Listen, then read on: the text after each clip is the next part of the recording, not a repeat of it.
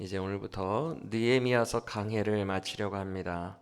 그리고 그와 동시에 약 20주 이상 진행되었던 포로기 문서들, 그 중에서도 역사 문서들, 역사서 파트가 마무리가 됩니다. 그간 포로기를 살펴보면서 23주 전에, 물론 다른 주제의 설교들도 했기 때문에 꼭 23주는 아니지만 약 반년 동안 그 올림픽 개막식의 PC주의와 관련한 이야기를 시작으로 우리가 살고 있는 이 현대 시대가 포로기와 비슷하다라는 것을 살펴보면서 23주 동안 많은 영적 주제들을 배우고 깨닫게 되었습니다. 오늘날 포로기처럼 황폐한 시대를 살아가는 우리에게 이런 말씀들이 삶의 방향을 제시해 주시는 말씀이 되기를 축원합니다. 오늘은 마지막으로 느헤미야 13장의 말씀을 묵상해 보려고 합니다. 13장은 신학적으로 대단히 중요합니다. 왜냐하면 역사서 중에서는 구약 성경의 마지막 이야기이기 때문입니다. 아니, 구약 성경의 마지막은 말라기 아니에요? 맞아요. 말라기가 느헤미야 시대보다도 수십 년 더 뒤의 일이에요. 맞아요. 말라기가 가장 마지막 역사를 기록하고 있어요. 하지만 말라기에는 역사적 사실이 기술되어 있잖아요. 왜요? 말라기는 예언서, 선지서니까. 역사적 사실이 기록되어 있는 역사서 중에서는 구약의 끝이 오늘 본문 느헤미야 13장입니다. 그래서 오늘 본문으로 구약이 끝난다고 보시면 돼요. 그래서 굉장히 중요합니다. 이런 식으로 구약이 끝나는구나 라고 우리가 이해할 수 있기 때문에 너무너무 중요해요. 구약 성경의 마지막 장은, 역사서의 마지막 장은 과연 희망적일까요? 아니면 최악의 암울함으로 끝날까요? 암울함으로 끝납니다. 그래서 예수가 오셔야 되고 신약이 필요한 거예요. 너무너무 절망적이고 암울해요. 그도 그럴 것이 우리가 지난 시간에 마침 살펴보았던 느헤미야 시대 때의 대부흥운동, 회개운동은 정말이지 대단했었죠. 그렇죠? 그 회개운동이 큰 의미가 있어요, 여러분. 왜 큰 의미가 있냐 하면 구약 역사, 구약 성경 전체에서 독보적이고 압도적인 회개운동이었기 때문에 그래요. 니느웨 빼고, 우리가 지난 특세 때 살펴봤던 니느웨 빼고 이스라엘 민족들이 한 회개운동 가운데에서는 2등과 격차가 비교할 수 없을 정도로 압도적 회개운동이에요. 그래서 단순히 여호수아 시대 이후로 1000년 만에 대단하다 이 말은 여호수아 시대 이후로 초막절 하나 잘 지켰다 이게 아닙니다. 여호수아 시대 영성의 버금가는, 연전연승했던 믿음의 영성의 버금가는 아주 대단한 영적 대각성 운동이 1000년 만에 일어난 거예요. 왜 그러냐?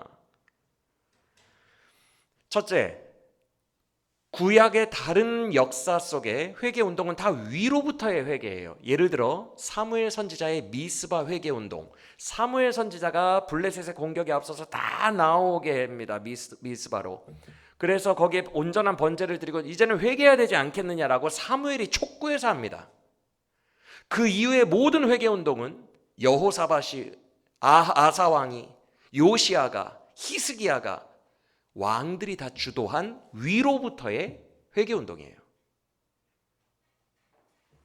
아래로부터 회개한 건 한 번도 없습니다. 그런데 느헤미야 때는 본인들이 와서 성경 읽어달라는 걸로 시작하더니 성경 듣더니만 본인들이 알아서 회개를 하기 시작해요. 전혀 총독 느헤미야나 에스라가 시키지 않았어요. 전혀. 유일무이한 아래로부터의 회개운동입니다. 그래서 압도적이라는 거예요. 사실 위로부터 회개 운동을 한 것은 그 백성들 중에 몇 퍼센트가 반응했는지가 성경에 기록되어 있지 않습니다. 왕들이 주도해서 해라 해라 한 것은 정말로 100%의 인구 전체가 반응했는지 구약은 숨기고 있어요. 그냥 왕들의 주도로 했다예요. 그들의 마음까지 울며 정말로 울면서 통에 자복했다라는 기록이 없습니다. 그게 위로부터 강제로 시켜서 하는 회개 운동의 요점이에요. 반응이 불분명한 거죠. 그런데 우리가 알다시피 느헤미야 시대 때 회개 운동은 아래로부터 회개 운동이 일어나더니 서명을 하죠. 9장에 있는 서명한 목록이 뭐예요? 몇 명 안 되던데요. 당연히 몇 명 안 되죠. 왜요? 각 집안의 어른들 이름이니까. 각 집안 대표자 이름이니까 9장의 초반부에 한 요 정도 분량으로 있는 서명한 내용은 최고 어른들이에요. 그리고 그 밑에 구절에 이렇게 써 있어요. 그 귀족과 민장과 어른을 따라 모든 백성이 다 했다라고 돼 있어요. 그러니까 서명은 대표자만 한 거고 온 국민이 다 회개한 거예요. 놀랍죠. 그리고 두 번째 특징은 말씀이 역사하여 회개한 유일한 회개운동이라는 거예요. 물론 다른 회개들도 다른 범국민적인 회개나 그런 것도 말씀을 기준으로 하기는 해요. 그리고 선지자가 말씀을 선포하기도 합니다. 하지만 진짜 성경 말씀을 읽다가 혹은 듣다가 배우다가 말씀이 살아 역사해서 본인들 스스로 일어나게 한 것은 처음이에요. 이런 장면도 역시 구약에 없어요. 구약에 말씀 사역에 특화된 사람이 한 명 있습니다. 바로 여호사밧 왕이에요. 남유다의 아사 왕의 아들 여호사밧. 그 여호사밧 왕이 말씀 사역을 했어요. 어떤 식으로 했냐면 레위인들 중에 말씀 사역자들을 양성한 후에 그들을 각 유다의 고을들에 파송합니다. 그래서 각 마을들에 그들이 들어가서 각 마을 사람들을 율법으로 가르치고 이렇게 교육하게 하는 교육 사업을 합니다. 그 교육 사업이라는 것을 한 게 여호사밧이 유일해요.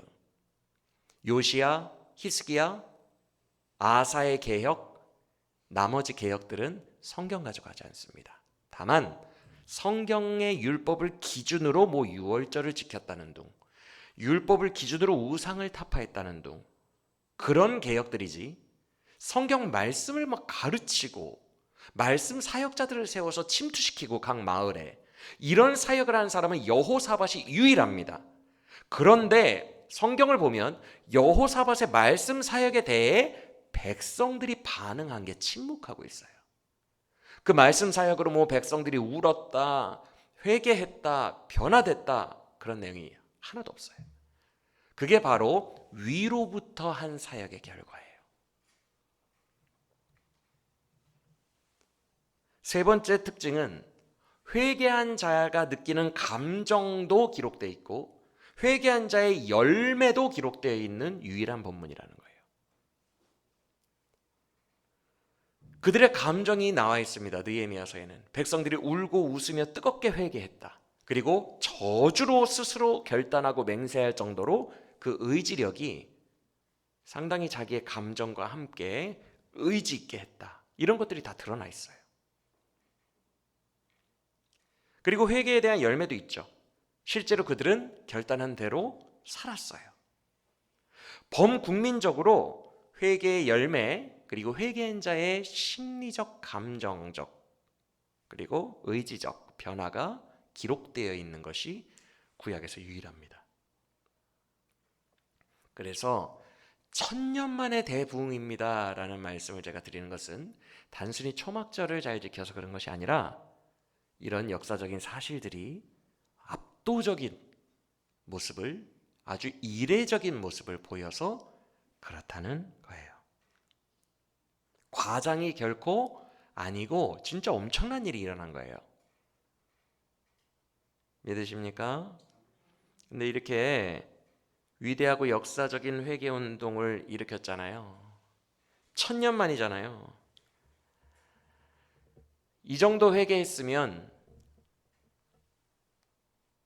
삶이 정말 영화롭게 변해야 되는데, 그래야 맞을 것 같은데 유례 없는 회개니까. 근데 오늘 본문 방금 읽어보셨지만 느헤미야 13장을 보면 도로묵이라고 하죠.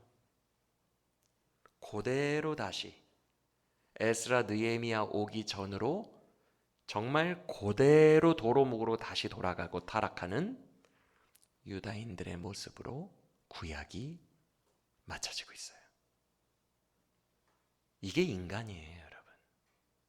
이게 원죄를 가진 스스로의 자유의지로는 도저히 거룩해질 수가 없는, 아무리 저주로 맹세를 하고 뭐 서명을 하고 해도 절대 성화를 이룰 수 없는 인간이라고요.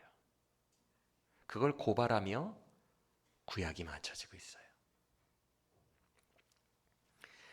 그들의 모습을 보면요, 뭐야 이거, 1000년 만에 회개운동, 그거 다 어디 갔어? 황당하기도 하고 절망스럽기도 해요. 어쩌면 이렇게 말짱 도루묵이 될 수 있지? 어느 정도는 변화가 그래도 남아있어야 되는 거 아닌가? 어쩌면 이렇게 그대로 돌아가지? 우리가 당황할 정도로 그들은 과거로 돌아갑니다. 한번 확인해 볼까요? 아까 읽었지만 우리가 지난 시간에 이들이 결단하고 저주로 서명까지 한 내용 몇 가지라고 배웠어요? 혹시 지난 시간 말씀 기억나세요? 4가지라고 했어요. 4가지. 근데 4가지라고 했지만 더 이걸 단순화시키면 3가지로 압축할 수 있어요. 더 압축시키면 첫째 뭐였어요? 이방인들과는 절교하겠다. 이거였죠. 첫 번째, 그들이 결단하고 서명운동까지 한 거 기억나십니까? 이방인들과 절교하여 주의 백성으로서의 순수성을 지키겠다. 둘째 뭐였어요? 안식일에는 일하지 않고 장사하지 않고 거룩하게 지키겠다라는 결단이었어요. 기억나십니까? 그리고 셋째와 넷째를 제가 구분했었는데 이게 합쳐서 성전을 더 이상 버려두지 않고 성전이 원활하게 기능할 수 있도록 하겠다예요. 이 셋째와 넷째가. 그도 그럴 것이 세 번째가 뭐예요? 성전세 내겠습니다. 성전세 3분의 1세겔 내겠습니다. 그리고 각종 성전에서 쓸 물건들, 그릇들, 목재, 왜냐하면 자꾸 짐승을 태워야 되니까 목재들, 그리고 각종 첫 열매들을 이제는 드리겠습니다 라는 결단이 세 번째였어요. 근데 이게 성전세라던가 이 모든 목재라던가 이런 걸 제공한다는 것 자체가 성전을 기능하게 하는 거거든요. 여러분 예를 들어서 요아스의 개혁 기억나십니까? 남유다 왕 요아스의 개혁. 요아스가 성전을 정결하게 하는 개혁을 하잖아요. 그때 성전에 은을 쓰는 문제로 제사장들과 막 설왕설래하는 장면이 나오는데 혹시 기억나십니까? 그 성전 은이 뭔 줄 아세요? 사람들한테 매해마다 거둔 성전세입니다. 은 반세겔. 이걸 모아서 어디에 쓴다고요? 성전 유지 보수 공사. 즉 성전도 물질인지라 점점 낡아요. 이것을 유지 봉사하고 성전이 원활하게 기능하기 위해서는 성전세를 내는 은과 목재와 그릇과 여러 첫 열매들이 계속해서 드려져야 이게 기능을 합니다. 그게 세 번째였어요. 그거 드리겠다고 한 거예요. 그들이. 이해가 되시면 아멘. 네 번째는 11조예요. 여러분 성전이라는 건물만 있으면은 성전이 원활하게 돌아갑니까? 아니면 여기서 제사장도 막 일해야 되고 레위인들도 일해야 되고 일을 해야 돼요? 건물만 있는다고 성전이 아니라 일하는 사람이 투입돼야 됩니다. 그렇죠? 그럼 이 사람들이 다른 일을 하지 않고 본인 직업을 가지지 않고 전임 사역자로 뛰려면 먹고 살아야 될 거 아니에요. 그래서 11조를 드림으로 외부에 있는 사람들이, 성전에 일 안 보는 사람들이 11조를 드림으로 그 11조로 레위인들이 먹고 삽니다. 그리고 그 레위인들이 또 11조를 뗀 걸로 제사장들이 먹고 살아요. 그렇게 서로가 서로를 사역에 집중할 수 있도록 챙겨주는 걸로 시작된 게 11조예요. 왜냐하면 그걸 하지 않으면 다 어디로 가니까? 오늘날 한국교회 목사님들이 다 투잡 뛰러 나가시고 알바 뛰러 나가시는 것처럼 전임 사역을 못합니다. 나도 먹고 살아야 될 것 아닙니까? 그렇죠? 그래서 11조를 이렇게 내면 성전이 기능하게 되는 거예요. 이제까지 안 했다는 거예요. 성전세도 안 내서 성전은 황폐해져 있었고, 11조를 안 내니까 사람이 일하지 않아요. 다들 자기 직업 가지러 나가요. 그러니까 성전이 버려둔 상태예요. 그래서 우리가 지난 시간에 살펴봤던 10장 마지막 절에서 그들이 뭐라고 하죠? 이제는 다시는 성전을 버려두지? 그렇게 고백한 거예요. 그래서 세 번째와 네 번째는 합치면 건물과 인력입니다. 그래서 이걸 다 합하여 성전이 원활하게 기능하도록 하겠다라는 서약이었어요. 이해가 되시죠? 자, 이 세 가지 서약을 했고 1000년 만의 회개를 눈물로 하면서 이 세 가지 서약을 했는데 이 세 가지가 고스란히 어떻게 바뀌는지 오늘 13장에서 함께 그 실체, 인간이라는 존재의 이 원죄를 가진 인간의 전적인 타락의 실체, 이것을 한번 봤으면 좋겠습니다. 뭐 1000년 만에 회개운동하면 뭐예요? 아무 의미 없는 이 허무함, 이 답답함, 이 절망감, 암울함, 이것이 우리에게 느껴질 거예요. 자, 그런데 본문을 보기 전에 더 우리를 암울하게 하는 게 하나 있는데 그게 뭐냐면요, 지금 회개운동을 한 지 12년 뒤의 일이에요. 13장은 회개운동 후로 12년이에요. 왜냐하면 저를 보세요. 일단 느헤미야가 왔어요. 초반 며칠 암행하면서 성벽을 둘러보고 그 뒤에 성벽 공사를 하자라고 한 후로 52일 동안 성벽 공사를 완공해냈으니 초반에 예루살렘에 도착해서 암행하고 또 선포하고 한 기간들을 더하면 약 2달. 2달 동안의 성벽 완공이 끝나고 며칠 뒤에 새해가 밝았는데 새해 나팔절 예배 드리고 또 14일부터 초막절 예배를 드려서 8일 기간이 끝난 23일인가요? 22일부터 회개운동을 시작했죠. 그렇죠? 회개운동을 해서 서약하는 것까지 딱 3개월. 그리고 성전 봉헌식이 끝나는 게 12장입니다. 일부러 안 했어요. 이제 진도 맞추기 위해서 큐티와 12장에서 성전 봉헌식이 끝나요. 성벽이죠. 성벽 봉헌식이 끝나는데 성벽 봉헌식을 뭐 되게 치밀하게 준비했다고 하더라도 회개운동까지가 3개월, 그리고 길게 잡아야 성벽 봉헌식이 뭐 몇 개월 갔겠습니까? 길게 잡아봅시다. 1년이라고 합시다. 느헤미야 1장부터 12장까지가 1년이에요. 길게 잡아야. 이때 다 이루어진 거예요. 그리고 12년 후에 13장이 기록됩니다. 13장의 일이 일어납니다.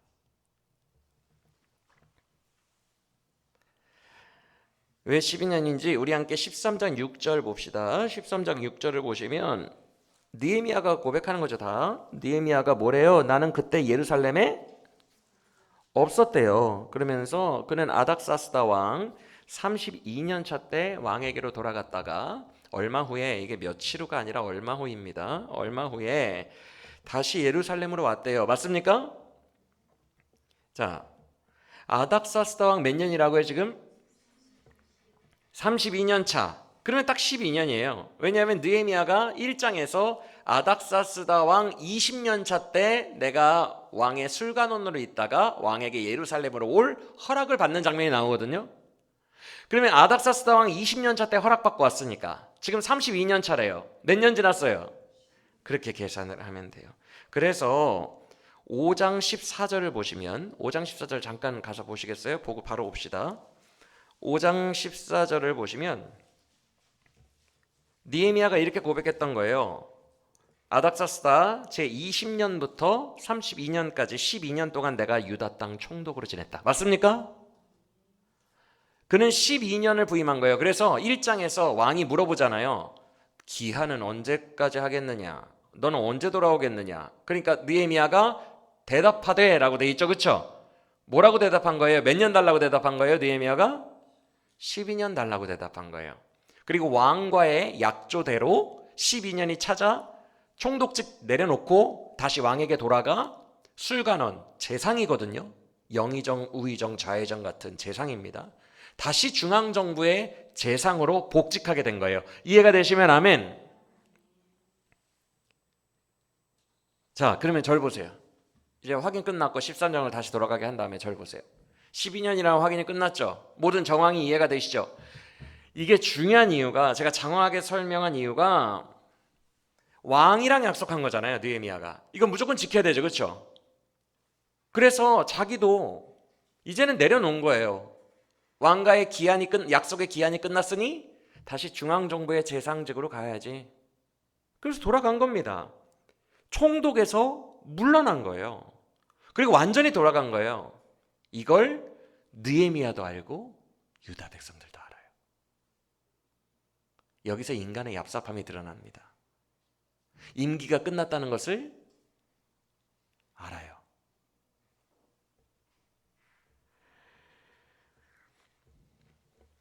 그래서 재상직에 다시 복귀를 해야 되는데 13장 6절을 보시면 얼마간 재상직을 하다가 왕한테 다시 청했대요. 나 잠깐만 예루살렘 다시 가도 돼요? 라고. 이거는 복직하는 게 아니에요. 다시 총독이 되는 게 아니라 잠깐만 다녀오겠다는 출장의 허락입니다. 맞습니까? 그래서 이 말이 중요해요. 며칠 후라고 번역이 되었지만 이게 그냥 며칠이라고 봐도 될 정도의 짧은 시간이라는 뜻이에요. 얼마 후에 갔다가 다시 간 거거든요. 지금 제 말 이해가 되세요? 그러니까 되게 오래 머문 게 아니라고요. 페르시아 수산성에 바로 허락받고 다시 왔어요. 며칠 사이에. 근데 다 타락해 있네. 여러분 이게 말이 된다고 생각하십니까? 어떻게 이럴 수 있죠? 아니 며칠 만에 왔다 갔다 한 건데 어떻게 사람들이 이렇게 다 타락할 수 있죠?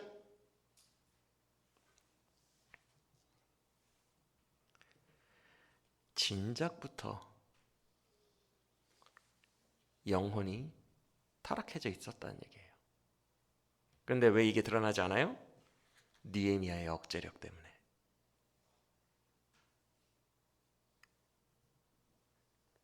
즉 회개운동 그 뜨거운 성령발이 12년을 간 게 아니에요. 얼마 가지 않아서 사그러들었다는 거죠. 그때는 진짜 진정성이 있었거든요. 근데 이미 마음이 떠났어요. 다만 느헤미야라는 총독의 영향력과 억제력 때문에 드러나지 않게 숨어서 하고 있었죠. 기다렸다는 듯이 느헤미야가 임기가 다 차서 돌아가자 아주 그냥 기다렸다는 듯이 신나게 자기 마음대로 하다가 그 죄악이 응축됐던 게 드러나고 폭발했다가 갑자기 느헤미야가 무슨 생각인지 불시에 다시 재방문을 하니까 다 들킨 거예요.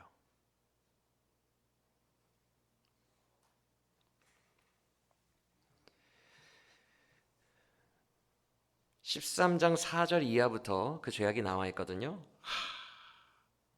이제 같이 우리가 살펴볼 텐데 어떻게 인간이 이럴 수가 있지? 한숨이 푹푹 나오는 것을 경험하게 될 겁니다. 왜요? 12년 전에 그들이 1000년 만에 대부흥운동이라고 난리를 피웠는데 그 약발이 정확하게 다 사라져서 그들이 결단한 세 가지를 모조리 어기고 있기 때문입니다. 자, 먼저 13장 4절로 9절까지의 내용을 눈으로 봅시다. 천인공노할 엄청난 일이 일어나요. 여러분 과거에 하나님을 대적했던 마귀의 수장 2명이 누구였는지 혹시 기억나십니까? 이름? 산발락과 도비아였죠.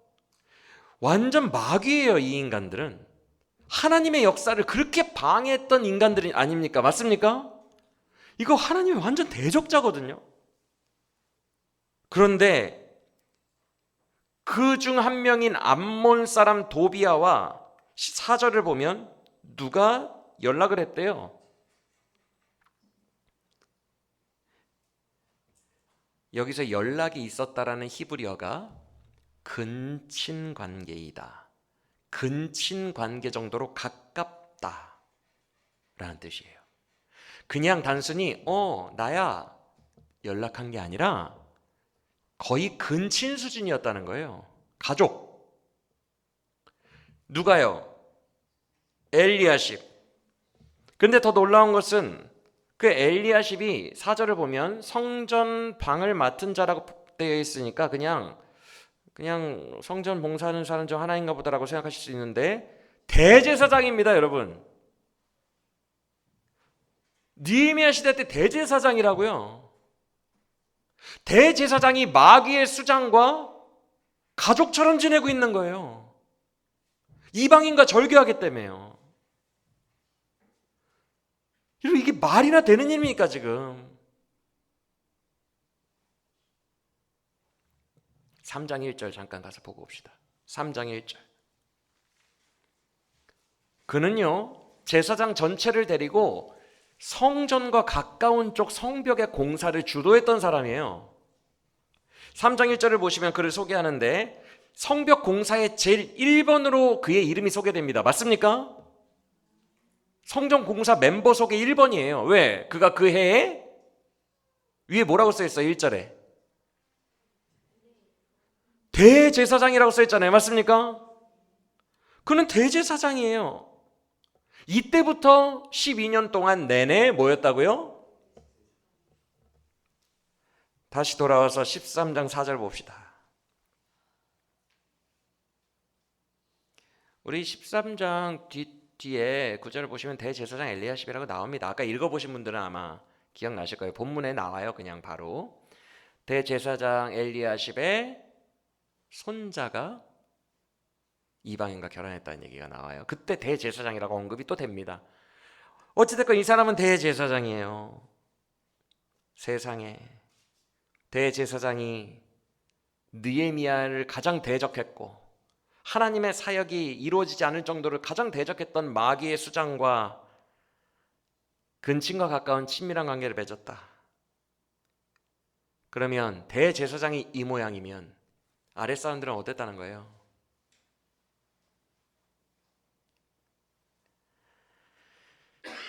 그런데 그가 더 천인공노할 짓을 저지르는데 13장 5절 보세요. 도비아를 위해 성전 안에 방 하나를 마련해서 도비아를 아예 그 안에서 살게 해줬대요.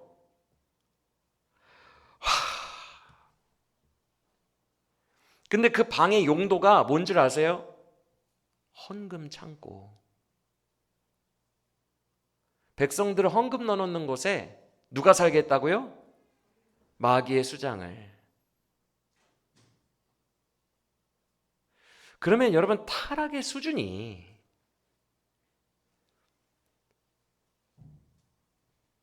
말도 안 되는 거예요. 더 황당한 것은 일부러 느헤미야가 그 위에 13장 1절로 3절에 12년 전 이야기를 해놨어요.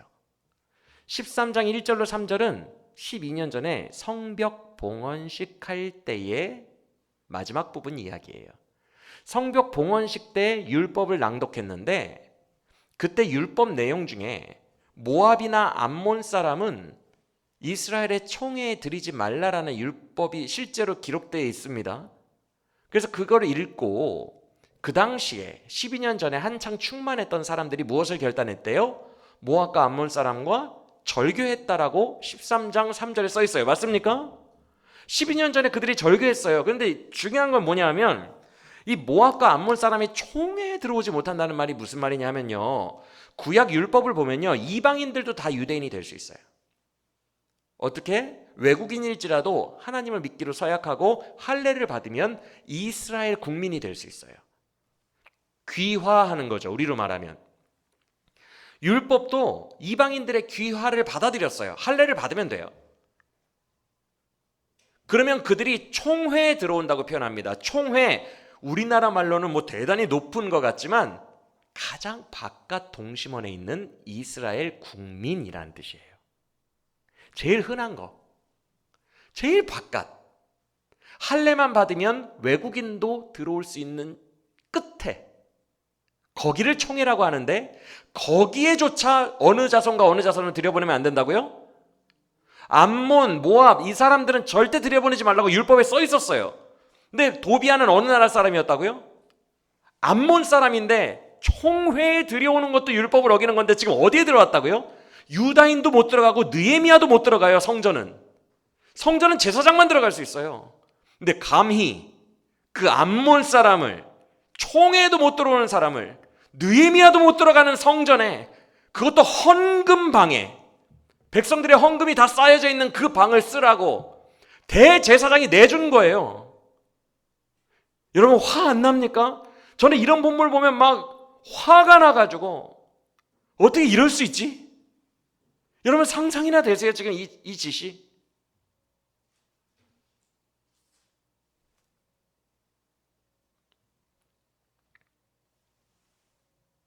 세상에. 그래서 느헤미야가 총독으로 가기를 기다렸다는 듯이 이런 행동들을 한 걸 보면 느헤미야가 자리를 비울 때부터 다시 마귀들이, 도비아가 실권을 장악했다라고 봐도 무방하죠. 성전 헌금방에 들어가 있는데, 헌금방은 대제사장만 관리할 수 있어요. 도비아가 대제사장인 거예요.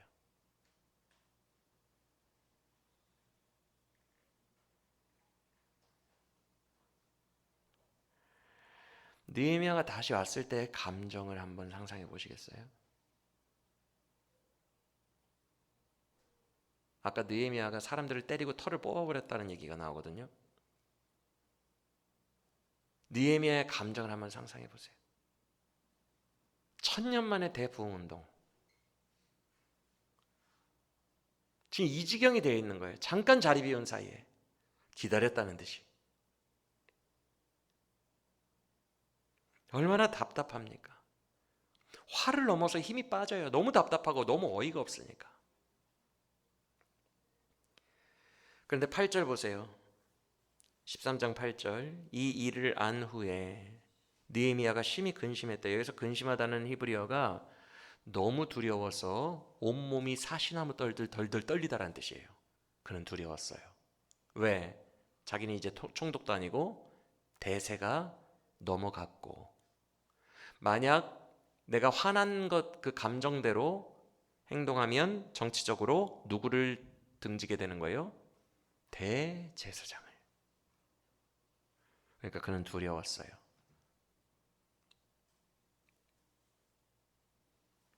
그런데 그는 그 두려움을 이기고 어떻게 해요? 8, 9절을 보시면 도비아가 살고 있던 그 방에서 도비아의 세간들을 다 끄집어내가지고 다 던져버립니다, 밖으로. 그리고 다시 거기 청소하라. 암몬 더러운 자가 와서 불결하게 했으니 거기를 피와 물로 다시 정결하게 하라. 피와 물로 다시 정결 예식을 시키고 그 방에 다시 헌금들을 본래의 용도대로 넣어놨다는 거예요. 그는 대제사장과 척을 지게 될 각오를 한 거예요. 몹시 두려웠지만 이렇게 하지 않고는 그의 안에 있는 거룩한 분노가, 하나님을 향한 성전에 대한 열심이, 마음이 그 자신을 더욱더 괴롭게 했기 때문에 그래요. 그래서 이 일을 한 다음에 10절인가요? 느헤미야가 뭐라고 하죠? 주여, 주의 성전을 위해 내가 한 일을 기억하옵소서. 나는 진짜 주님에 대한 열심 때문에 정치적으로 큰 모험을 합니다 라고 고백하는 거예요. 여러분, 마치 예수님 같죠? 여러분들이 알다시피 예수님이 성전에서 장사하던 자들을 다 어떻게 하셨어요? 그들의 상을 들어 엎으시고 다 쫓아내셨죠. 분노하셨죠. 느헤미야랑 똑같은 분노예요. 사복음서에 이 장면이 다 나오거든요. 근데 요한복음은 뭐라고 써있냐면 그가 마치 이때 일부러 죽기로 작정한 자 같이 하더라, 이렇게 돼 있어요. 이게 무슨 말이에요? 대제사장을 등지면, 대제사장이 성전에서 하는 일들을 등지면 곧 뭐다? 죽는 거예요. 그는 죽음을 각오하고 들어엎었다. 느헤미야의 두려움이 이거였어요.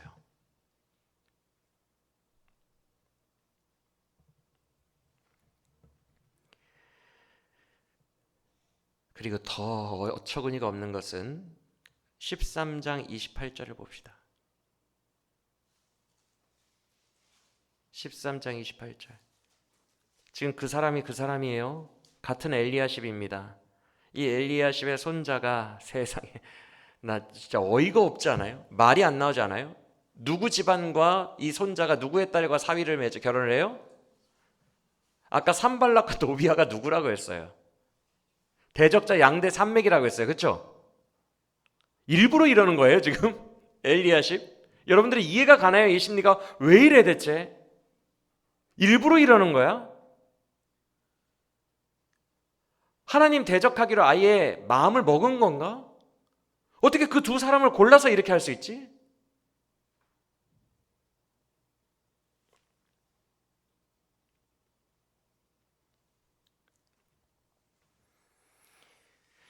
우리의 마음도 이렇게 힘든데 하나님이 이 모습을 보실 때에 하나님의 마음은 어떠셨을 것 같아요? 12년 전 회개운동은 대체 뭐예요? 저주로 맹세하고 하나님 앞에 눈물로 회개하고 결단하고 각 족장들이 서명까지 했잖아요. 다시는 그들과 섞이지 않고 절교하겠다고 했잖아요. 그런데 절교는커녕 예전보다 더 노골적이고 더 심한 죄를 짓고 있는 거예요. 그것도 대제사장이. 마귀와 사돈을 맺고 마귀를 성전 보물창고에 모시는 일이 일어납니다. 가장 세상 사람들과 구별되어야 하고 가장 정결해야 되고 하나님을 가장 가까이에서 모시고 있는 대제사장이 이렇게 이방인과 섞여버렸다면 다른 사람들의 상태는 대체 어땠을까를 우리는 상상할 수 있죠. 대제사장이 느헤미야가 복귀하기를 기다렸다는 듯이 이런 행동을 했다면 다른 사람들은 어땠을까? 실제로 13장 23절 이하를 보세요. 13장 23절. 이건 일반인 유다 사람입니다. 느헤미야가 보니까 그 일반인 유다 사람이 무려 3여자와 결혼을 하는데 다 이방 여자랑 결혼을 합니다. 아스돗 사람, 암몬 사람, 모압 사람 3여자와 결혼해서 자녀를 낳아요. 근데 24절을 보니까 자녀들이 유다 말은 못하고 외국 말만 해요. 나 유다 말 못해요 막 이러는 거예요. 말 시켜보니까 느헤미야가. 즉 유다의 하나님이나 유다의 말씀으로 애들을 가르쳐야 되는데 말씀은커녕 유다 말도. 이건 무엇을 의미해요? 이미 그 타락의 지경이 예전을 돌아가거나 예전보다 더 심해졌다는 거예요. 완전히 하나님을 깡그리 무시하는 행동들을 백성들까지도 버젓이하고 있다는 것이죠. 그러니까 이제 너무너무 화가 머리끝까지 난 느헤미야가 25절에서 어떻게 해요? 그들을 책망하고 저주하고 그 사람들 중 몇, 그러니까 한두 명이 아니라는 거예요. 그 사람들 중 몇을 어떻게 했대요? 막 때리고 머리털까지 뽑아버렸대요. 그리고 어떻게 해요? 다시 맹세를 시키죠. 제발 좀 그러지 말라고. 그러면서 말씀을 또 가르칩니다. 솔로몬 시대가 왜 그렇게 됐냐? 이방 여자와 결혼해서 솔로몬이 그렇게 된 거 아니냐? 12년 전에 구약 역사를 다 배웠는데 그래서 회개했는데 왜 이러냐 또 하면서 책망하죠. 너무 답답하고 마음이 어려운데 더 슬픈 것은 그들이 이렇게 전 국민이 다시 타락해도 이것을 제재하거나 교정해 줄 사람이 느헤미야 한 명 빠져버리니까 없어졌다는 것. 그게 더 슬퍼요. 하나님의 일에 목숨을 건 사람이 느헤미야잖아요. 그렇죠? 13장에 그가 하는 돌출 행동들 이후에는 꼭 그가 말합니다. 하나님, 나 하나님 때문에 이거 했습니다. 꼭 나를 기억하소서. 이런 말들을 계속해요. 하나님의 일에 목숨 건 사람 느헤미야, 그가 있을 때만 조금 잘하고 잘하는 것처럼 보이고, 그가 사라지자마자 타락해버린 그들의 모습이 더 슬픈 것 같아요. 교정해 줄 사람이 없었다. 즉 그들은 세 가지 결단 중에 첫 번째 파트인 이방인과의 절교 파트 어겼어요, 안 어겼어요? 어겼어요. 그러면 이제 두 번째 파트 13장 15절을 봅시다. 13장 15절. 이제는 어떤 규례를 그들이 어기는지 15절에서 안식일에 세상에 유다인들이 너무 자연스럽게, 어떤 사람은 자기 직업에 맞게, 자기 직업이 포도주 파는 거면 포도주 틀을 밟고 있었대요. 아주 순수하고 예쁘게. 그렇죠? 그리고 어떤 사람은 곡식단을, 이제 곡식과 관련한 직업이니까 나귀에 실어서 운반하기도 했고요. 이방인들이 예루살렘 성 안으로 안식일에 막 들어와요. 장사하려고. 이방인들이 각종 곡식과 물품들을 예루살렘 성 안으로 들어와서 막 팔아요. 그리고 그것을 사요. 또 안식일을 지키겠다고 서약하더니 안식일을 어기는 완전히 옛날로 다시 돌아갔어요, 안 돌아갔어요? 딱 그 시절로 돌아갔어요. 16절을 보면 두로 사람들은 장사꾼으로 유명합니다. 근데 그들이 와서 버젓이 성내에서 물건을 팔았대요. 16절에 안식일 날. 그러자 17절 이하에서 느헤미야가 모든 귀족들을 다 꾸짖어가지고 안식일 날 대체 뭐 하는 거냐 라며 호통을 하죠. 그리고 19절을 보면 느헤미야가 지금 잠깐 출장 온 거잖아요. 출장 올 때 데리고 오는 병사들과 종자 몇 명이라도 성문에 배치를 시킵니다. 한 명씩이라도. 그래서 감시하라고 해요. 안식일에 절대 장사로 못 들어오게 하라고. 물물교환 못하게 하는 조치를 취합니다. 그랬더니 이 조치를 취하니까, 막 자기 종자들까지 세워놓고 조치를 취하니까 이방인 장사꾼들이 아유 이것도 한때겠지 라며 성문 앞에서 자고 있어요. 외국인 장사꾼들이. 아유 곧 들어갈 거야, 이거 잠깐이야. 그랬더니 그 자고 있는 장사치들에게 21절에서 느헤미야가 뭐라고 협박하죠? 한 번만 더 이 앞에서 이렇게 죽치고 있으면 내가 너희들에게 법적 조치를 취하여 너희를 잡아가겠다고 합니다. 맞습니까? 그러니까 그 말을 들은 후에야 장사꾼들이 물러갔다. 이 말은 뭐예요? 그 장사꾼들이 긴장을 전혀 안 하고 있다, 하고 있다. 그냥 안식일을 범하는 그 장사꾼들의 태연했다는 거예요. 그게 너무너무 태연했다는 거예요. 그동안 자연스럽고 막. 그 증거예요. 협박을 해야 돌아갑니다.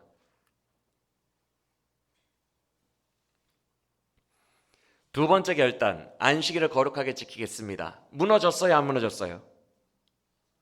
자, 그럼 세 번째 결단, 성전을 원활하게 기능하도록 성전세와 11조 등을 드리겠다. 13장 10절을 봅시다.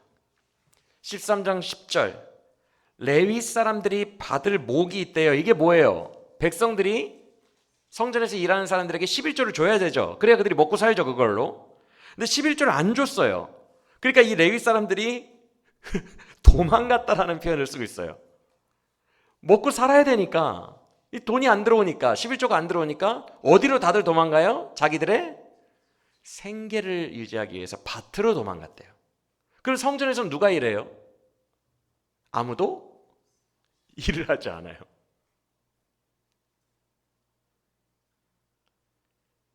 오늘날 많은 한국교회 목회자들이 이중직하러 알바하고 투잡하러 나가는 상황과 흡사한데, 그러자 11절에서 느헤미야가 아주 중요한 말을 합니다. 민장들을 꾸짖을 때 뭐라고 해요? 너희가 어찌하여 성전을 버렸느냐. 10장 마지막 구절에서 그들이 분명히 뭐라고 그랬죠? 다시는 성전을 버리지? 12년 전에 서약했던 그들이 성전을 다시 버린 거예요.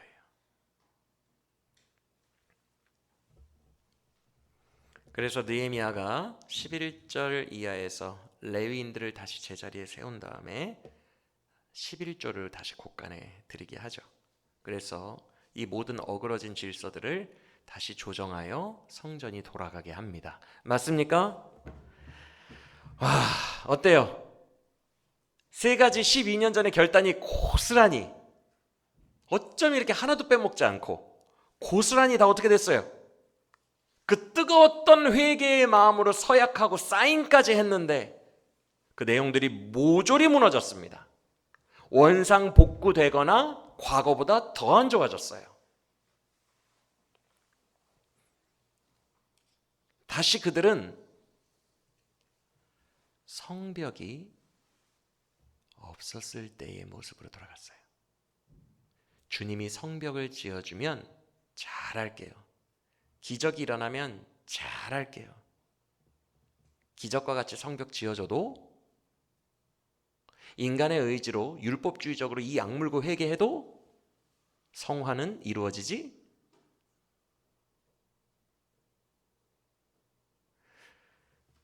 성벽 짓기 전에는 생계 때문에 그래요. 외적들이 침입해오는데 어떻게 하냐고요. 생계 핑계 대더니 성벽을 완공시켜 줬더니만 또 생계 핑계를 대며 세 가지를 다 어깁니다. 생계 때문에 이방인과 다시 혼인하고, 세속적 이익 때문에 안식일날 장사하고, 세속적 이익 때문에 11조를 안 낸 거예요. 다시 세상 욕심과 하나님을 또 맞바꾼 거예요. 성벽의 유무와 상관없이, 기적과 상관없이, 회개운동과 상관없이.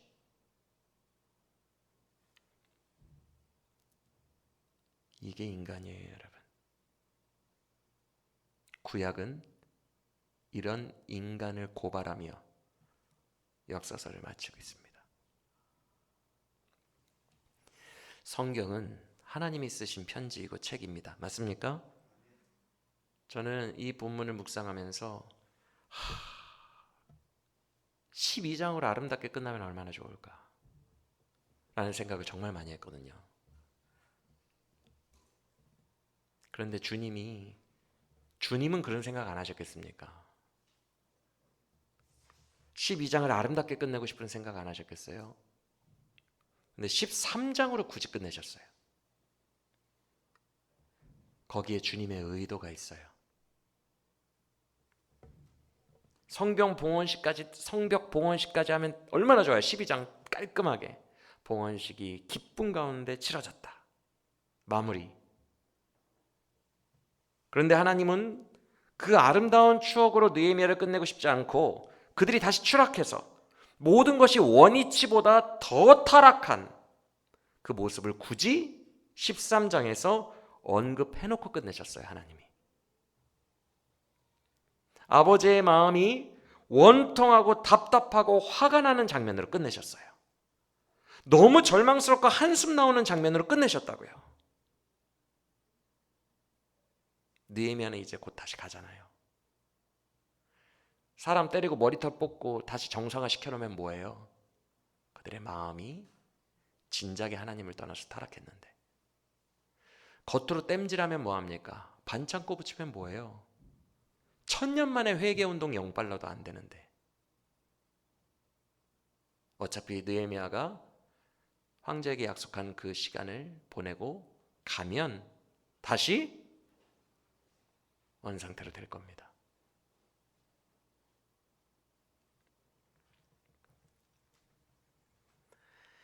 여러분, 13장에서 끝나는 이 이야기가 우리의 인생의 결말이 될 수 있어요.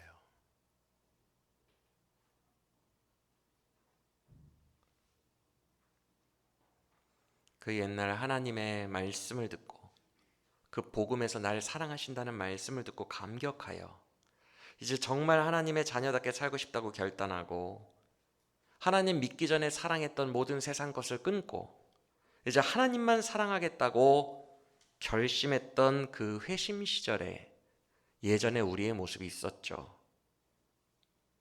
12장까지의 모습 같은. 그러나 지금은 어때요, 여러분? 지금 만약 나의 인생의 페이지가 끝난다면 12장으로 끝날 것 같아요? 아니면 13장인 것 같아요?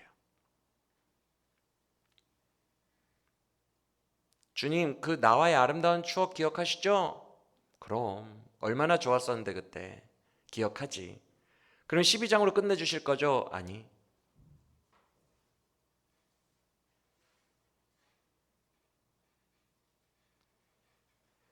지금 우리의 인생의 페이지는 다시 재타락한 상태입니까? 아니면 초심을 지키고 있습니까?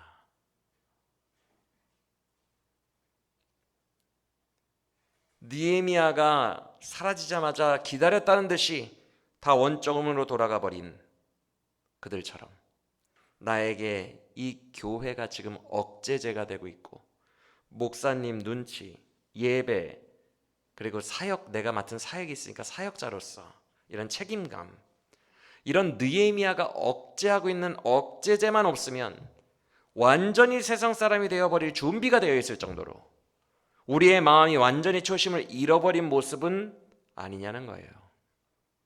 지금 억제제 때문에 겨우 드러나지 않고 있을 뿐이지.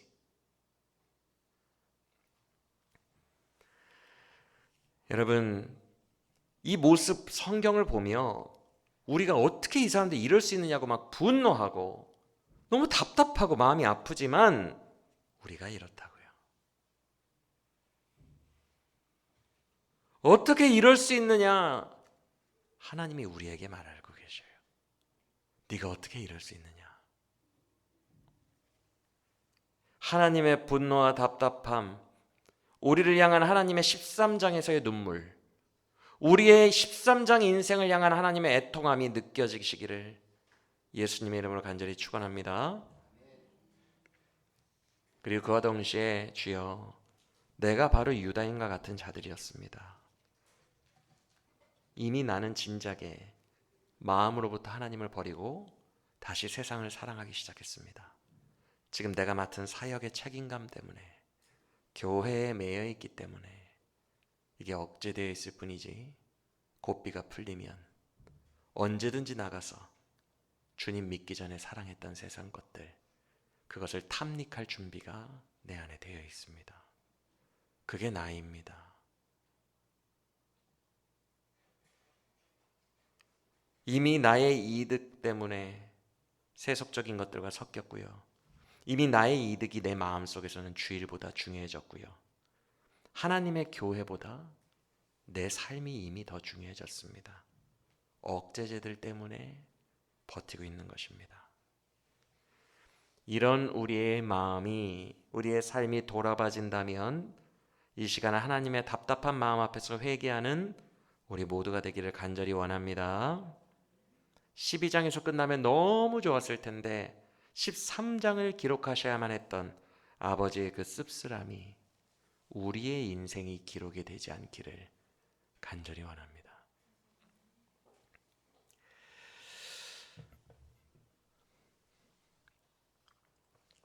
그런데 우리가 오늘 이 말씀을 받고 회개를 또 하지만 오늘 말씀을 보면 근본적으로 힘이 좀 빠지는 게 있죠. 그게 뭐예요? 결국 인간이란 이런 존재라는 것이 고발되고 있기 때문에 우리도 힘이 빠지죠. 그렇죠? 1000년 만에 은혜를 주고 성벽이 완공되는 기적을 체험해 봐야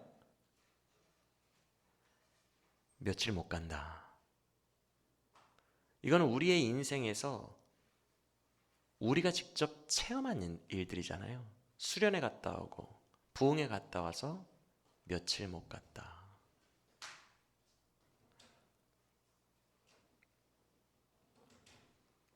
우리가 논리적으로 생각하기 이전에 우리의 경험이 그걸 증명해 줍니다. 그러니까 힘이 빠지죠. 전적 타락, 인간의 구제불능 전적 타락. 우리가 사경회 때 교리로 배웠지만 여러분, 이게 인간이에요. 부정할 수 없는 인간이에요. 1000년 만에 회개가 임하고 아무리 저주로 서명운동까지 해도, 저주로 서약했다는 말이 뭐예요? 내가 이것을 어길 시에는 저주를 받아도 괜찮다라는 각오로 서명한 거예요. 백날 저주를 서명하고 주변 사람들에게 나 이제는 이거 끊는다 라고 일부러 막 공포하고 해도 며칠 뒤에 이제 말을 안 하기 시작하죠. 왜요? 다시 범죄를 저지르고 있기 때문에. 공포한 게 또 부끄러워지니까. 그게 인간이에요. 아무리 이를 악물고 별의별 노력을 다 하고 방법을 써도 율법적 방법으로는 결코 하나님의 의에 이르지 못하는 거예요. 이것이 인간의 실체임을 우리 자신을 증명하여 인정하십니까? 우리가 그것을 증명하는 산 증인들이잖아요.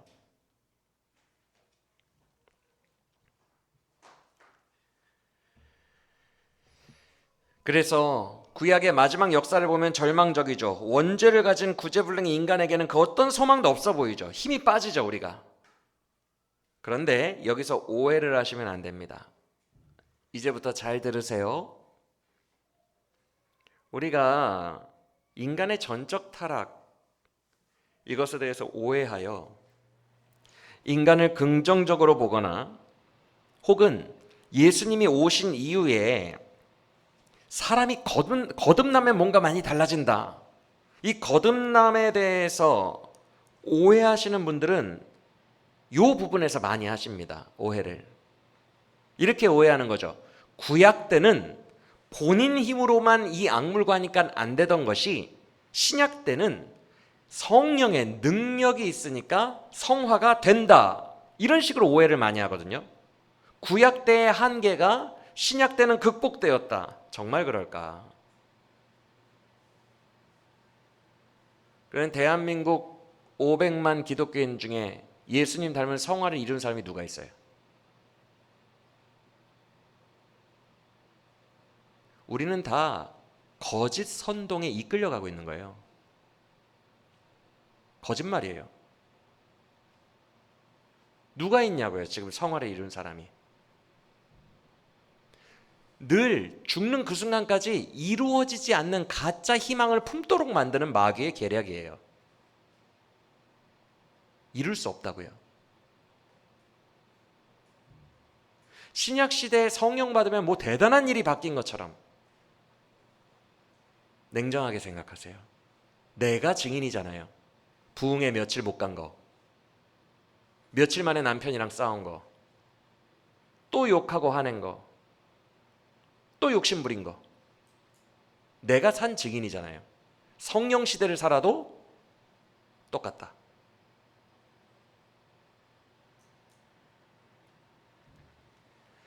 여러분, 그러면은 하나님이 왜 구약의 결말을 이렇게 고발하면서 인간의 전적 타락에 대해서 고발하면서 마무리하고 있을까요? 우리는 보다 더 근본적으로 복음을 이해해야 돼요. 구약의 한계를 신약의 성령으로 극복했다 이런 쪽 말고요. 더 근본적으로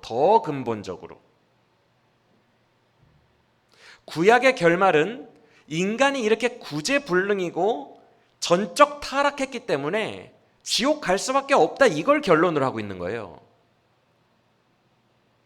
내 힘으로는 아무리 노력해도 안 된다. 성벽이 완공되고 기적해줘도 안 된다. 인간은 무조건 지옥이다 라는 것을 구약이 말해주고 있는 거라고요. 그래서 신약에 예수가 필요한 거예요. 스스로의 힘으로는 영생 구원을 얻을 수 없으니까 예수님이 오셔서 영생 구원을 얻게 하시고 그의 사랑하는 자녀들이 지옥 가는 것을 주님이 도저히 못 보시니까 아들 예수를 보내어 구원하사 영생 천국에 이르게 하시려고 오신 거예요. 성화론 이전에 구원론을 생각해야 된다고요. 그는 우리를 구원하시려고 온 거예요. 그래서 천국 보내시려고 온 거예요.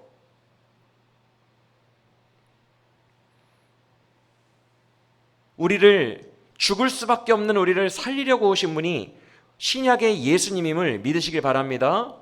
왜요? 부흥에 갔다 와도 며칠 안 가고 늘 이 모습, 13장의 모습을 띠는 게 우리들이기 때문에 그래요. 이런 구제불능인 우리를 살리려고 오신 거예요. 그러니까 성화로 함부로 연결하지 말고 근본적인 구원 문제로 복음을 이해하는 우리 모두가 되기를 원합니다. 그리고 자유하시길 바랍니다.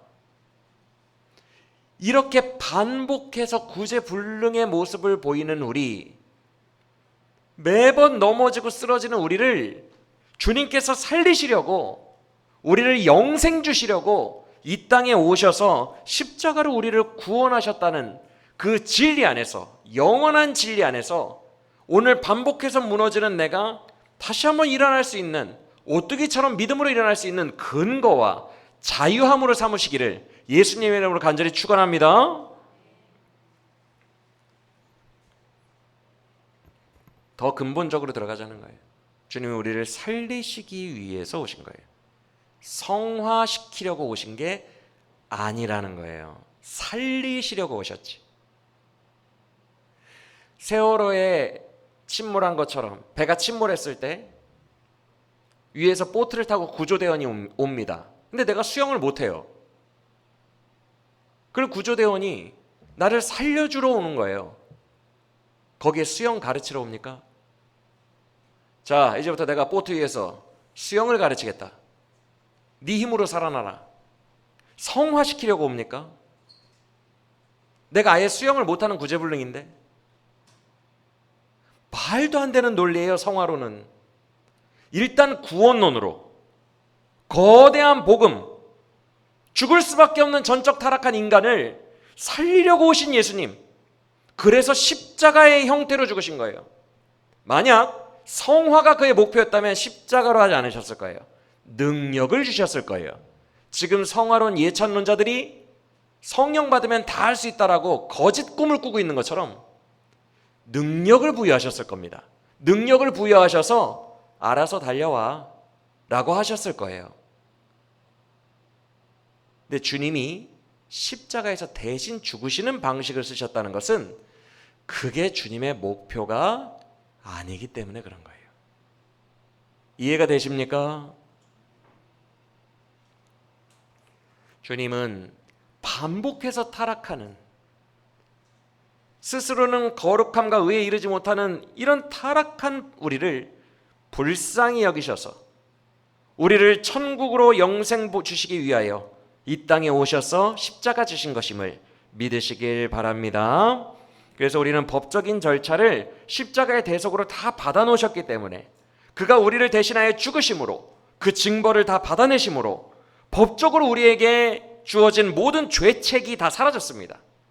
그가 대신 벌을 받으셨기 때문에 우리가 장차 받아야 할 벌이 다 사라졌다는 얘기예요. 우리는 깨끗하게 되었어요. 받아야 될 벌이 없기 때문에 천국으로 이미 옮겨진 것입니다. 믿으십니까? 미래에 잘해야 천국 가는 것이 아니라 천국으로 이미 옮겨졌습니다. 자녀를 사랑하시는 그의 사랑의 공로로, 십자가의 공로로 말미암아 믿으시길 바랍니다. 그렇게 깨끗하게 되었기 때문에 영생 천국에 들어갈 자격을 얻은 거죠. 주님은 근본적으로 이걸 하기 위해 오신 거예요. 우리는 무엇보다 이 복음의 근본 진리에 감격하며 감사하며 세세 영원토록 그의 구원의 덕을 노래하는 자들이 되기를 간절히 축원합니다. 내 노력으로, 인간의 어떠함으로 절대로 이루어지 못하던 그 의로움의 영역을 네가 열심히 해라라는 방식이 아니라 내가 그 의를 십자가에서 이루어서 너에게 거저주는 방식으로 우리를 구원하신 것이 예수 복음이라는 것을 믿고 은혜의 선물로 의를 주신 복음을 찬양하는 우리 모두가 되기를 간절히 축원합니다. 우리가 이 힘 빠지는 13장을 읽을 때에 성화론으로 오해해서 읽지 말고 구원론으로 바르게 받아들여서 이런 나를 주께서 사랑하사 구원하셨네 라는 찬양으로 오늘 본문이 묵상되기를 예수님의 이름으로 다시 한번 간절히 축원합니다. 그래서 사실 우리가 냉정하게 생각해 보면요, 이 세상은 짧아요. 우리 인생 짧다고요. 그래서 종종 구원을 물에 빠진 자를 건지시는 구조대원의 그림으로 이해하는 경우가 많아요. 찬송가에도 그런 그림이 있고, 여러분 물에 빠진 사람 구원하고 또 다음 사람 구원하기도 바빠요. 우리 80평생 성화를 이루고 막, 아니요, 우리가 언제 숨을 거두는지 아무도 예측을 못하기 때문에 구원의 도를 전파하면서 빨리빨리 건져내다가 천국 가기도 바빠요. 그래서 우리가 이 구원의 도를 잘 이해하고 믿고 있다면 사실 여기서 완결을 해도 돼요. 성화론에 대해서 말하지 않고 그냥 구원받았고, 긴급하게 구원받았고, 나도 언제 죽을지 모르고 옆 사람도 언제 죽을지 모릅니다. 우리는 내일이라도 죽을 수 있어요. 그러니까 되게 긴급함이 우리에게 있다고요. 늘 이 긴급한 복음 내에서, 그래 뭐 성화론은 한 80평생 앞으로 100년 더 살아야 뭐 성화 어쩌고를 논할 수 있겠죠. 우리는 언제 죽을지도 모르잖아요. 그러니까 빨리빨리 보트에 태우는 거, 주의 덕을 찬양하고 주의 구원을 찬양하고 주의 구원의 복음을 선포하고, 그래서 태우는 것 정도로만 하다가 천국 가는 거다라고 믿은 이후의 삶을 규정해도 무방하다고요. 논리적으로. 이해가 되십니까? 언제 죽을지 모르니까. 그래서 성화론은 애초에 아예 그냥 생각도 안 해도 될 정도라는 거예요. 그 무게감이. 그런데 이렇게만 설교를 마치면 우리 성도님들이 막 양심에 찔려하고 막 불안해하고 두려워하고 그래요. 막 구원파 같은 느낌 든다고 하면서. 왜 그러는지 모르겠어요. 복음의 은혜를 모르고 은혜를 못 느끼니까, 그 진리 안에 완전히 잠겨서 자유하지 못하니까, 모든 율법의 굴레에서 해방되지 못했으니까 그게 자꾸 매여있는 의식이 나오는 거거든요. 그래서 이렇게 끝내면 막 불안해합니다. 이렇게 듣고 그냥 가도 되나? 뭔가 하나님 앞에 거룩하게 살고 뭔가 잘해야 되지 않는가? 이렇게 잘하려는 율법주의적인 의식이 또 우리에게 강박관념으로 들어오게 돼요. 아니면 앞서 말씀드린 것처럼 이렇게 착각합니다. 이제는 신약시대니까 성령이 있잖아. 성령이 나를 막 능력으로 어떤 신비적인 어떤 효과가 나타나서 내 마음과 생각을 거룩하게 바꿔가지고 내 삶이 능력으로 바뀌게 될 거야, 이런 막연한 기대로 착각을 하시는 분들이 있는데, 90살 100살을 살아보십시오. 그게 되나?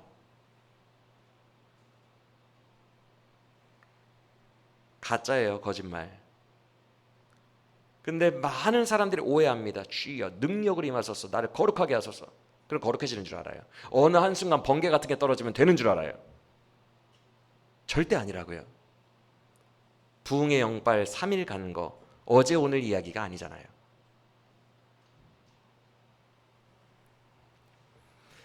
막연한 기대감, 그 거짓 기대감을 버리시고 복음 안에 거하기를 노력하는 우리 모두가 되길 원합니다.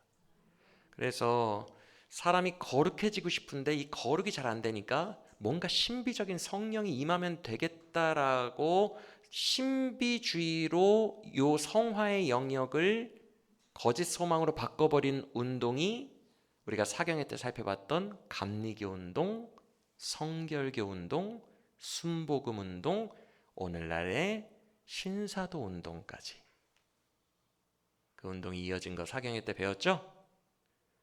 다 그 운동들의 특징이 뭐예요? 내가 거룩해지려고 해도 잘 안 되는 이걸 성령이 자동문처럼 해주겠다는 거예요. 신비 쪽으로 하여튼 더 신비가 많이 임하면 나를 완전히 사로잡아서 내 삶을 거룩하게 바꿔줄 수 있다. 이걸 추구하는 라인이 그 운동 라인이라고 사경회 때 배웠어요. 맞습니까? 이게 아니라고요. 거짓말이라고요. 100살 때까지 그 헛된 소망에 빠져서 실제로는 이루어지는 거 한 번도 경험하지 못하고 죽게 만들 거예요. 애초에 잘못 선택했으니까. 그 논리가 아니니까. 그 진리가 아니니까.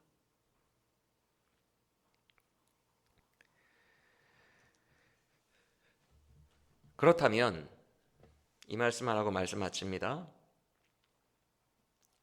신약 시대는 뭐가 달라졌어요? 성령 왜 받은 거예요? 성령을 의지하면 된다며요. 그게 뭐예요? 구체적으로 아셔야 돼요. 냉정하게 아셔야 돼요. 성경적으로 아셔야 돼요. 성령이 오시면 무슨 변화가 일어나는 걸까? 대체 뭘 도와주시는 걸까?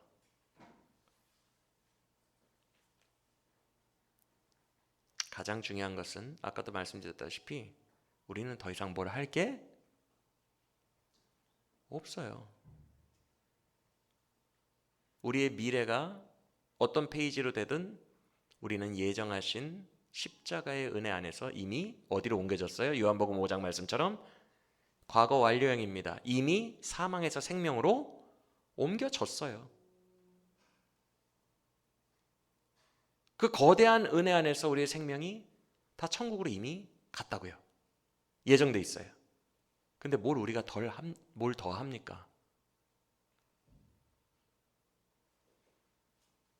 이미 나는 사랑받는 주의 자녀예요. 그 사랑으로 구원도 받았어요. 다 과거 완료형이에요. 근데 뭘 더 해요? 무슨 자격을 더 갖추려 해요? 이미 주의 자녀가 되었는데.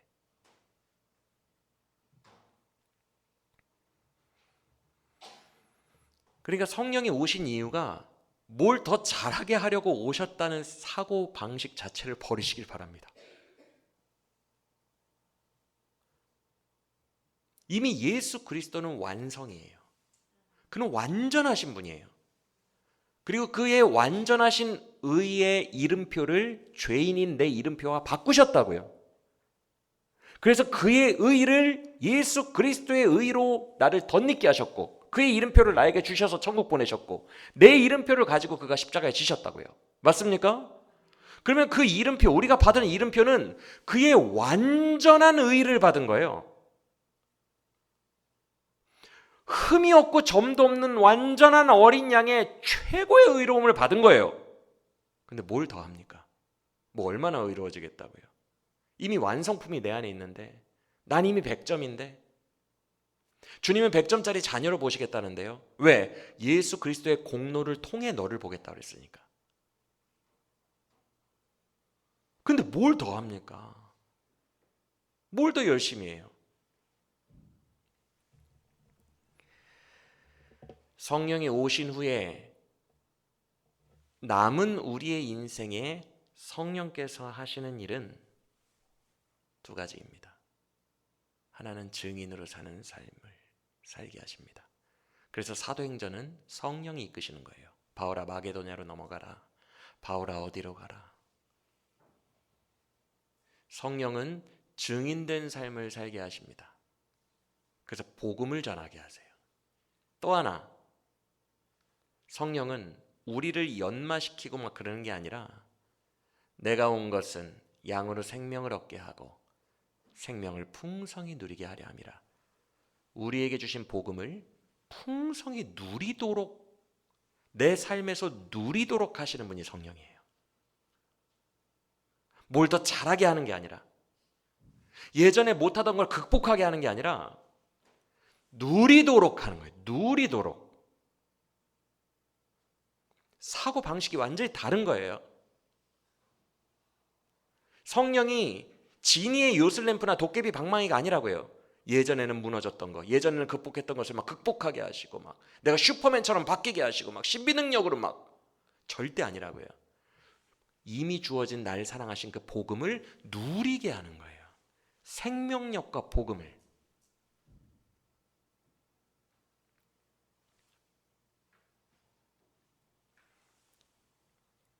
예수님의 복음의 은혜는 우리의 삶 전체에 바다처럼 흐르고 있어요. 맞습니까? 이 바다와 같은 복음에 담긴 은혜가 있어요. 이 은혜가 복음의 핵심이고 예수의 핵심이에요. 맞아요? 신약 시대가 구약 시대와 다른 가장 큰 것은 예수의 은혜가 있다는 거예요. 복음의 은혜가 있다는 거예요. 구약은 은혜가 없었어요.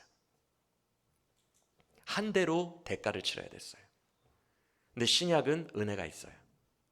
예수의 은혜로 우리의 죄의 대가를 치르지 않고 천국으로 옮겨졌다는 은혜가 있어요. 맞습니까? 이게 신약의 핵심이에요. 그 은혜를 더욱더 누리고 드러내시고 강성하게 하시는 분이 성령이라는 거예요. 그래서 성령은 성경에 기록된 바 진리의 영이라. 그가 예수가 가르친 것을 너희에게 생각나게 하리라. 성경은 말씀과 더불어 우리를 가르치시고 말씀으로 생각나게 하시는 일을 1차적으로 하십니다. 그리고 2차적으로 그 말씀이 감화, 감동, 역사하여 내 마음에 믿어지도록 도우십니다. 끝이라고요. 그래서 그 말씀 안에 담긴 주의 사랑과 은혜를 더 신뢰하며 믿음으로 그 은혜의 힘으로 살아가도록 하는 것. 그것이 성령의 오신 목적이에요.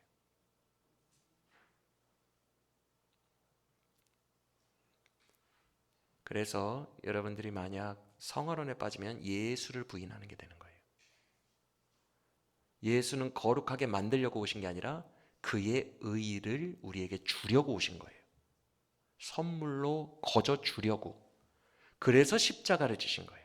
그래서 성화론을 함부로 이야기하면 십자가 사역 전체를 부인해 버리는 게 되는 거예요. 예수님이 가장 치열하게 공들여 했던 그것을 부인하는 거예요. 예수님 십자가에서 우리에게 바다 같은 은혜를 이미 주셨습니다. 그리고 주신 성령 안에서 그 은혜를 누리고 그 은혜를 힘으로 삼아 이 험한 세상을 끝까지 살다가 주님 품에 안기게 하시는 거예요. 처음부터 끝까지 은혜, 처음부터 끝까지 복음, 처음부터 끝까지 아버지의 사랑, 이걸로 점철되어 있는 것이 신약 시대임을 믿으시길 바랍니다. 그래서 디도서를 보면 은혜가 나타나 우리를 양육하신다라고 되어 있어요. 이게 우리의 남은 인생 주님이 양육하시는 방법이에요. 내가 이 약물고 성화론을 향해 나아가는 것이 아니라 어떤 신비 현상이 막 임해서 내 마음을 다 바꿔버리는 게 아니라 은혜로 양육하십니다. 은혜로.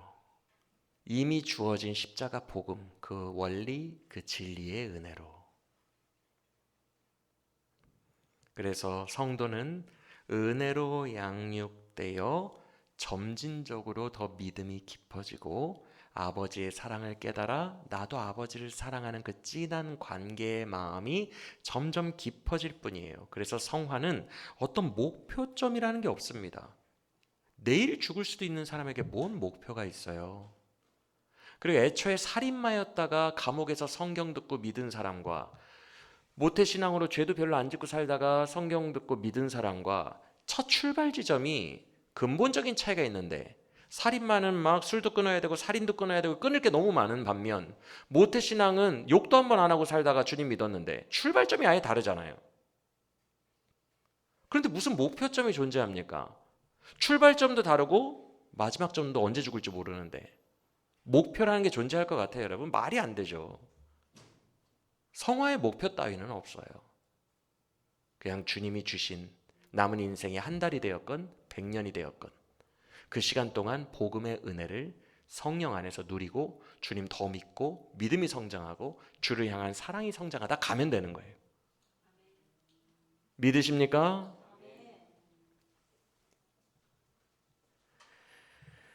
주님은 율법의 요구를 다 이루셨다고 로마서에 말씀합니다. 우리를 향한 율법의 요구를 다 이루셨음을 믿으시길 바랍니다. 그래서 성화의 목표점은 내가 주를 더 사랑하는 거, 주님을 더 믿는 것이 되어야 돼요. 성령 안에서 진리가 믿어지니까 내 마음에 주의 사랑과 은혜가 부어지니까 그 은혜가 오늘도 여전히 무너지고 13장의 삶을 살아가면서 죄 짓고 오늘도 여전히 숙제들은 그대로예요. 인생의 숙제는 가족 안 바뀌고 교회 안 바뀌고 나 안 바뀌고 늘 숙제가 그대로 계속 시간 끌기처럼 똑같이 연약한 채로 살아가는 나에게 은혜는 오늘 충만하게 넘칠 수 있다고요. 성령께서 그 일을 하시는 거예요. 미래를 바라보게 하는 것이 다 거짓일 수 있어요. 100억 벌면 행복할 거야. 벌고 죽습니까? 아니면 그냥 죽습니까? 그거 다 희망 고문하는 거예요. 다 거짓말이에요. 마귀의 거짓말. 우리의 소망을 어떤 미래의 어느 날이 되면 네가 자격을 갖추면 될 거야 라고 얘기하는 모든 거짓에 속지 마세요. 주의 은혜는 이미 완료형으로 우리에게 주어졌어요. 주님은 지금도 우리와 함께 하세요. 지금 천국을 누리지 못하는 자가 어찌 나아가 천국을 누릴 수 있겠어요? 미래로 거짓되게 이끄는 것에 흔들리지 마시고 오늘 나에게 이미 흐르고 있는, 오늘도 여전히 연약한 나에게 흐르고 있는 그 은혜를 성령 안에서 밝히 보고 믿음으로 우리의 마음에 취하여 주의 사랑과 은혜가 내 마음에 성령 충만함으로 임하게 되기를 간절히 축원합니다. 그 성령 충만해지면 믿음이 생겨요. 주의 은혜와 선하심에 대한 믿음이. 그러면 그 믿음으로 성령이 오늘 나에게 요구하시는 것에 내가 믿음으로 나를 던지면 돼요. 그러면 그때 믿음으로 주님께서 주의 일을 이루시고 영광 받으시는 것입니다. 굳이 말하자면 그 정도를 성화라고 할 수 있겠네요. 구약이나 지금이나 우리 모두는 다 연약합니다. 반복해서 또 죄에 빠지고 하나님 앞에 정말 파렴치한 내 모습을 보며 13장의 내 모습을 보며 눈을 감히 못 뜨는 자들입니다. 그러나 하나님께서는 예수 그리스도를 보내어 우리가 아직 죄인 되었고 지금도 죄인이고 미래에도 죄인 될 것을 아시면서도 우리에 대한 그의 사랑을 십자가로 확증하셨음을 믿으시길 바랍니다. 그 영원한 사랑 안에서 은혜 받고 일어나시길 바랍니다. 그 은혜로 생명이 풍성하게 되기를 원합니다. 예수님이 그거 하시려고 오셨고 성령 그거 하시려고 보내셨으니 그 성령 충만함 안에서 은혜 받아 그 은혜로 나의 힘으로 삼고 이 세상을 살아가는 우리 모두가 되시기를 예수님의 이름으로 간절히 축원합니다.